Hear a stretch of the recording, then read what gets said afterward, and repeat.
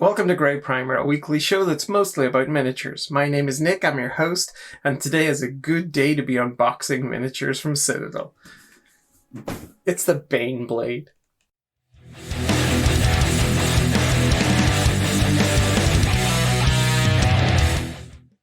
Somewhere within the halls and rooms of Citadel and Games Workshop and Warhammer, there exists a person or persons who signed off on this.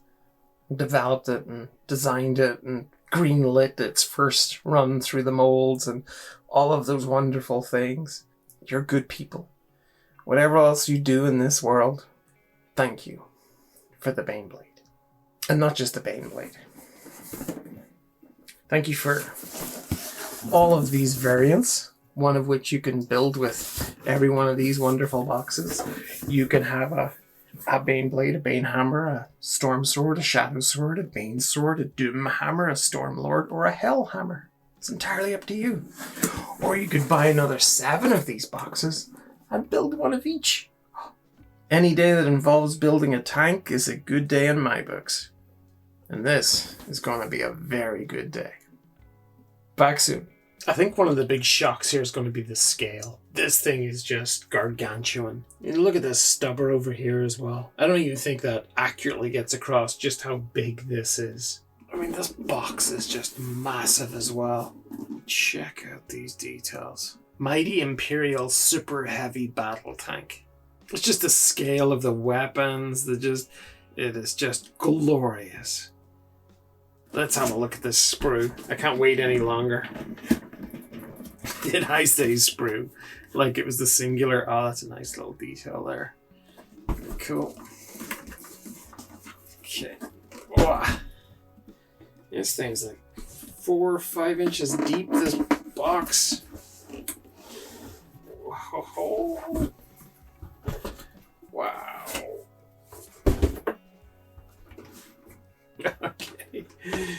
Look at the size of this book. The cracking images on the front. Got brilliant guide there, painting guide, pointing to all the relevant parts. I'm sure there's some really detailed paint guides available online for this as well. Should you want to go for a certain type of camo or finish. Oh, I love the way they've done this. So whatever way you want to go with this tank, you've got the 8 different variants here from Baneblade all the way through to Stormlord. I think this is really neat. You've got the side on, top down, and then sort of 3/4 view to give you a really good feel of where you should be going. Find your favorite. You can see the points here as well, which is really cool. And in the back, do we have the different versions of it?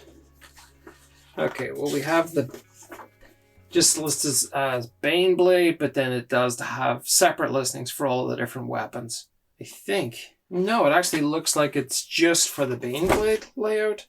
That's kind of strange. The rules for any variants of the miniature can be found at gamesworkshop.com. Okay, so I guess you just go to the website and you can get these different variants, their specs. So that's fine. And then we have these fantastically detailed instructions step by step. And you'll know from the beginning, if you went for, say, for example, the Doomhammer here, you know to follow steps 1 to 12 and then hop over to 21 to 27.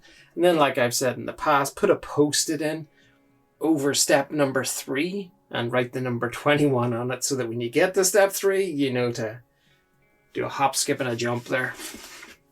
It'll stop you going along the wrong path with a very big tank. And then further on, oh my word, look at this thing. It's just too cool. I wonder how much work I'm going to have to do with magnets to get multiple variants here. I'm sure there's going to be a guide for that somewhere on YouTube, so I'm going to go digging before I really settle on which variant or variants to go for and try to make the most out of this kit. Oh, look at these sprues. Look at the size of these bits of plastic. These are just fantastic. And a huge amount of detail in there too. All these individual rivets. And what this really gives you is a huge canvas for trying out weathering techniques and oil sort of stains and grime and rust and all these fantastic things. Oh man, look at the top turret cover. You got some people in here as well. This is so pretty. We're up to sprue number 3. With the first of our big guns there. Glorious. Hard to believe this is all just for one tank. Isn't it really? What are we up to here? Sprue 4, 5, 6, 7, 8, 9 sprues. One tank. And look at this little guy. A little 25mm base at the bottom of it. That is the cutest thing. Alright, and what else? Decal sheet. Very cool. Dedicated Baneblade transfer sheet. I'm loving the look of this. Wow. Look at the detail on these decals. Something you just kind of forget, the amount of effort that goes into designing those as well. Okay, so let's go get this monster built. Oh, this is magic. Look at the length of that cannon. Oh my god. Let's do this. Let's go get this thing built up. Back in a second. Is this the coolest tank in the galaxy? Maybe. Is it the biggest tank I've ever made? Most definitely. Look at this thing. It's incredible. Look at it beside. Here's just a standard old beaky Marine. Dreadnought. Baal Predator. Like, this is just incredible. The barrel on this weapon is as long as a Baal Predator. The barrel. It's just hard to sort of grasp the size of this thing when you're putting it together until you see it alongside characters like this. Amazing. Let's get these out of the way. So from almost every angle, this tank is just insanity. Armed to the teeth. It is brutality from every angle. It is incredibly ornate. And it is absolutely the Astra Militarum doing what they do best. Putting armor on the edge of the battlefield and shoving great big guns into it. Are they overcompensating for their somewhat lackluster las rifles? Maybe, but they are doing it in all the right ways.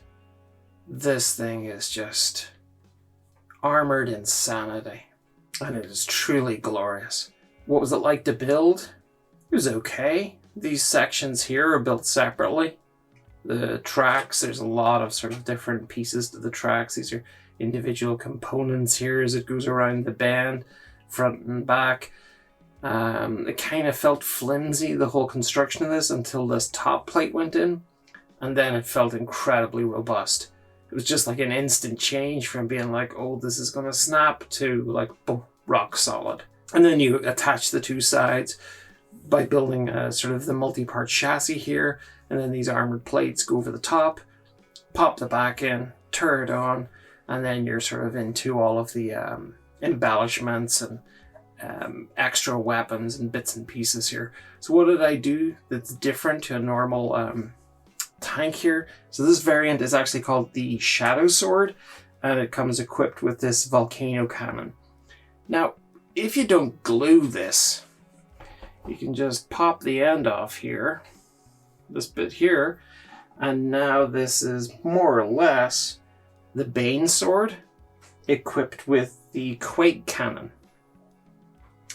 You could also not glue this bit, and this would leave you with the Tremor cannon.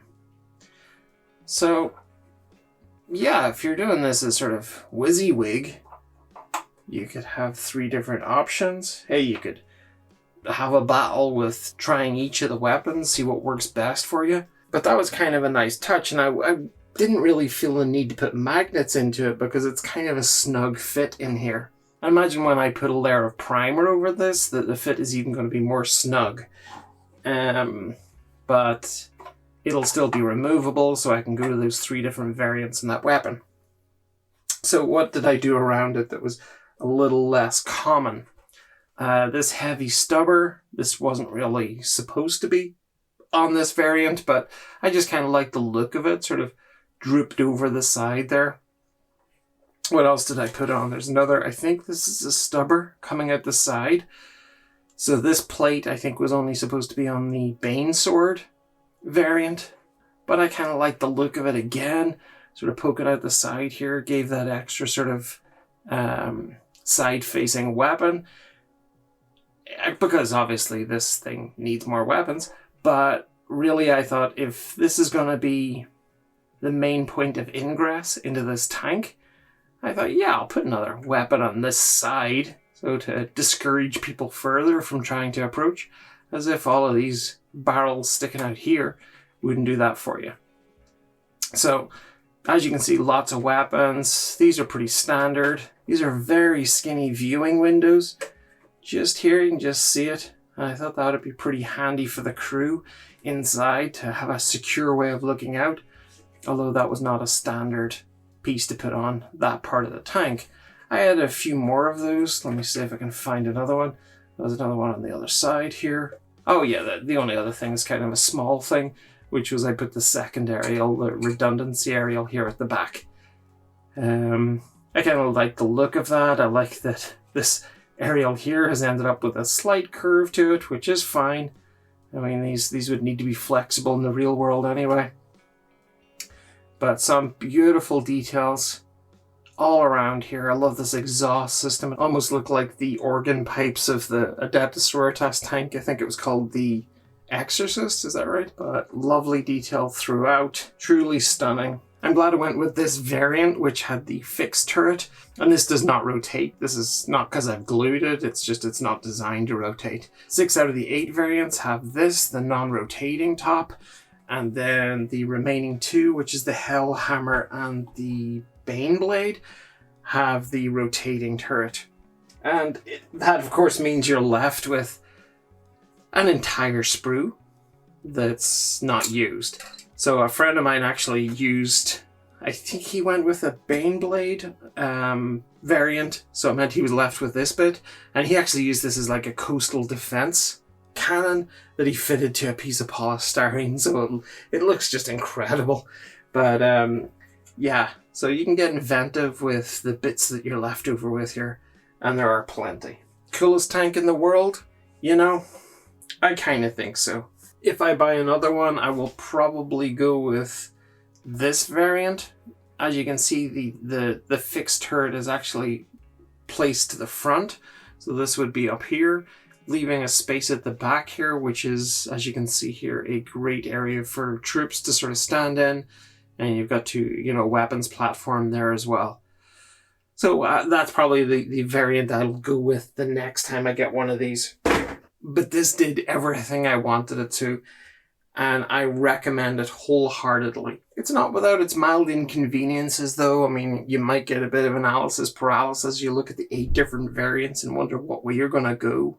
You might also struggle a little bit with the instructions. They are printed in 2019, so you sort of think, oh, it's a modern kit, this is going to be fantastic. And then you realize there are no numbers on the instructions.